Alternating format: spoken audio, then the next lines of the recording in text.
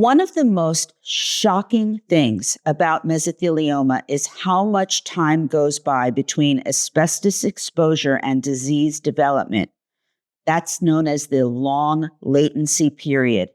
You could be exposed to asbestos in your 20s and develop mesothelioma in your 70s, 50 years later. This decades-long delay explains why mesothelioma is appearing now in people who were exposed in the 60s and 70s.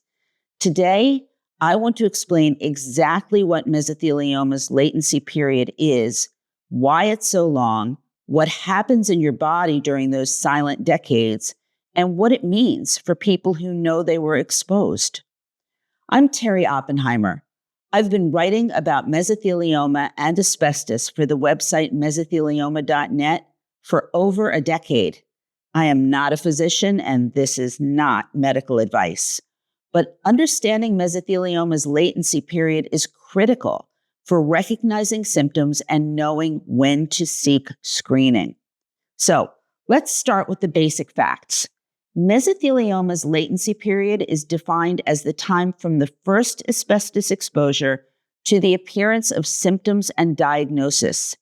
This period typically ranges from 20 to 50 years, with an average of around 30 to 40. Some cases appear after shorter latency periods of 15 to 20 years, but those are less common. Similarly, it's very rare, but some cases don't appear until 60 or more years.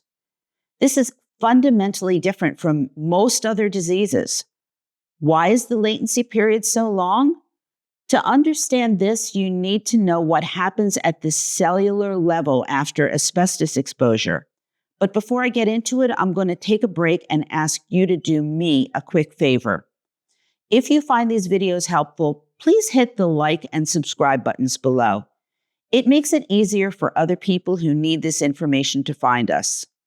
Also, if you have questions or there's a topic you'd like to see addressed in a future video, send me a note in the comments section.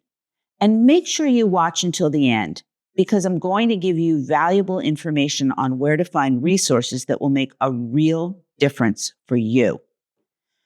So, about how the cellular process that leads to mesothelioma. When you inhaled or ingested asbestos fibers, they became lodged in the mesothelial tissue, which could be the lining of the lungs, the abdomen, or other organs. These fibers have incredible sticking power. The body can't break them down or remove them the way they can other foreign materials. They remain permanently embedded in the tissue. And once they're there, asbestos fibers can cause chronic inflammation. Your immune system recognizes the fibers as foreign and tries to attack them, but it can't destroy or remove them. This creates persistent, low-level inflammation that continues for years and decades. The chronic inflammation damages DNA in nearby cells, so over time, the damage accumulates and spreads. Individual cells develop mutations that affect how they grow and divide. Now, most of these mutations don't cause problems. The cell's natural repair mechanisms fix them, or the damaged cell dies and is replaced. Occasionally, a cell accumulates the specific combination of mutations needed to become cancerous. This is a multi-step process requiring many genetic changes within the same cell, and the process is random. Not every asbestos fiber causes cancer, and not every exposed person will develop mesothelioma.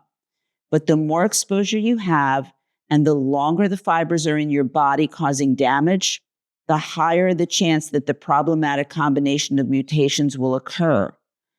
Even after a cell becomes cancerous, it takes time for a tumor to grow large enough to cause symptoms. A single cancer cell divides into 2 cells, then 4, then 8. This exponential growth continues, but it takes years for a microscopic tumor to become large enough to cause symptoms or show up on imaging studies. Think about the timeline. Exposure happens in, say, 1970. Asbestos fibers lodge in the pleura, chronic inflammation begins and continues throughout the 1970s, the 1980s, the 1990s, and the 2000s. Sometime in the 2000s or 2010s, a cell has accumulated enough mutations to become cancerous. The tumor will grow slowly through the 2010s and early 2020s, so that by 2026, the tumor is finally large enough to cause noticeable symptoms, which include shortness of breath, pain, or other signs. That's when the person seeks medical attention and gets diagnosed.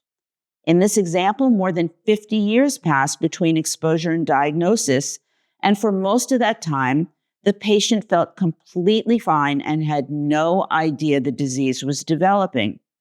Several factors affect the length of the latency period.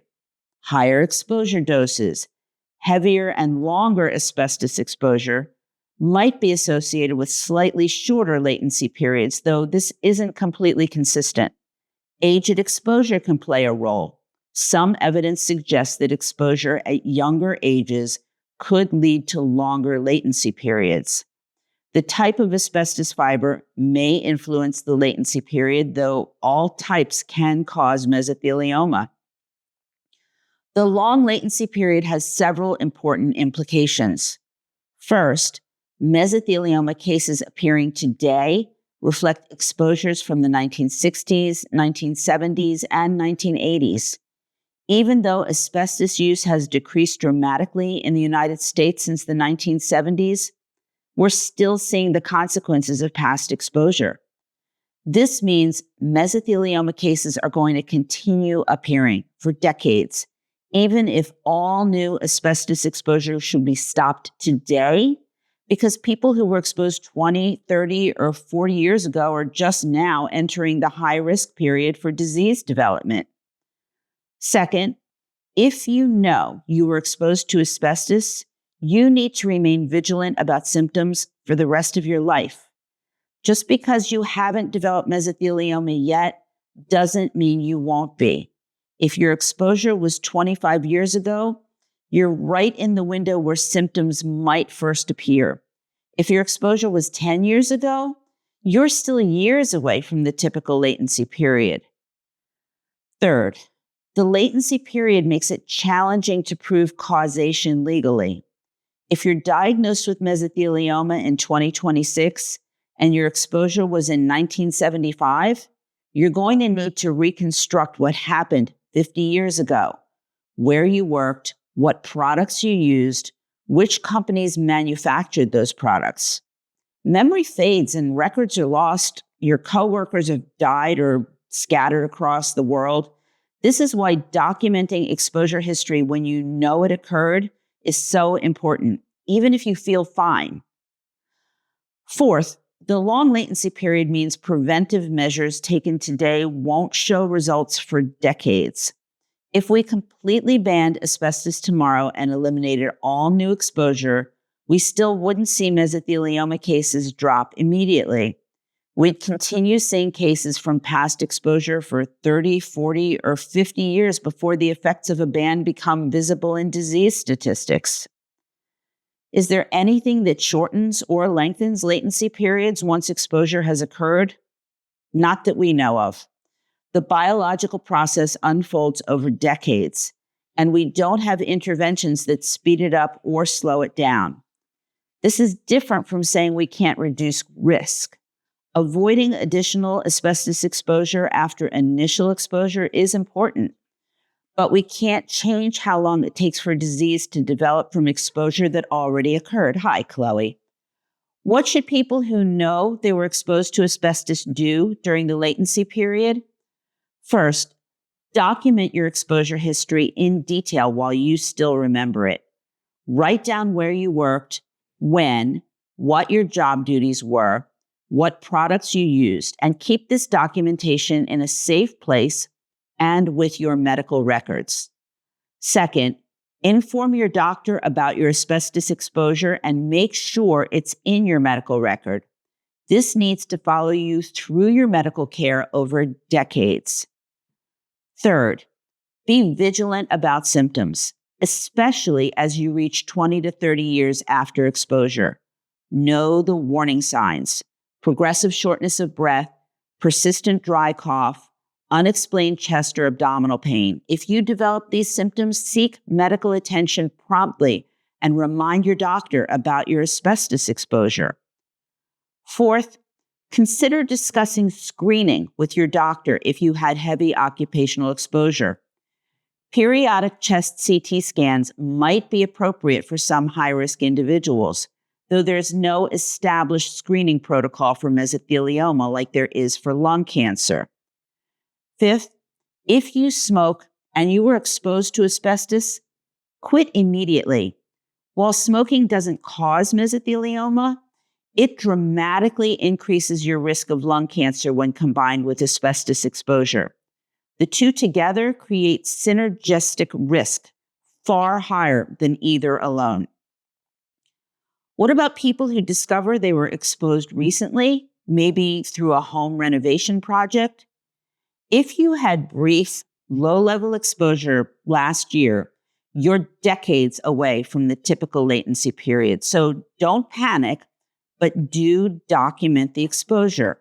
Inform your doctor and be aware that you should pay attention to respiratory symptoms decades from now. The mesothelioma latency period is both a curse and a challenge. It's a curse because the disease appears decades after exposure when people think they're past any danger from long ago work or military exposure. It's a challenge because connecting current disease to decades-old exposure requires investigation and documentation. That's why understanding latency helps people remain appropriately vigilant and seek care promptly when symptoms appear. To review, mesothelioma's latency period can range from 20 to 50 years and averages 30 to 40 years. This long delay occurs because asbestos fibers cause chronic inflammation and DNA damage over decades before enough mutations accumulate to create cancer, and then the tumors grow slowly before causing symptoms. Cases appearing today reflect exposure from the 1960s through the 1980s. People with exposure history should document it, inform their doctor, and remain vigilant about symptoms for life. You can visit mesothelioma.net for information about symptoms and early detection, or call us at 1-800-692-8608, or use the live chat feature on the website to speak to one of our helpful patient advocates right away. As for me, remember to post any questions you have below, and I'll see you next time.